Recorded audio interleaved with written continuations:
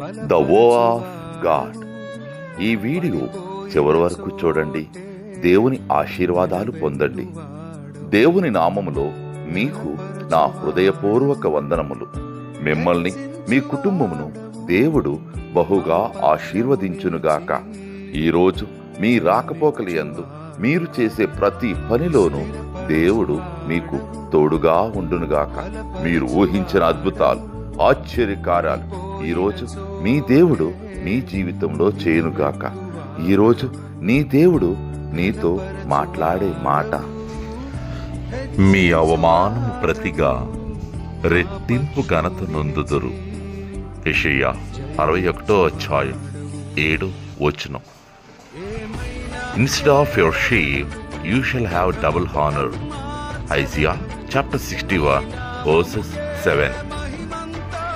బలపరచువాడవు, పడిపోయిన చోటే నిలబెట్టువాడవు, ఘనపరచువాడవు, హెచ్చించువాడవు, మా పక్షము నిలిచి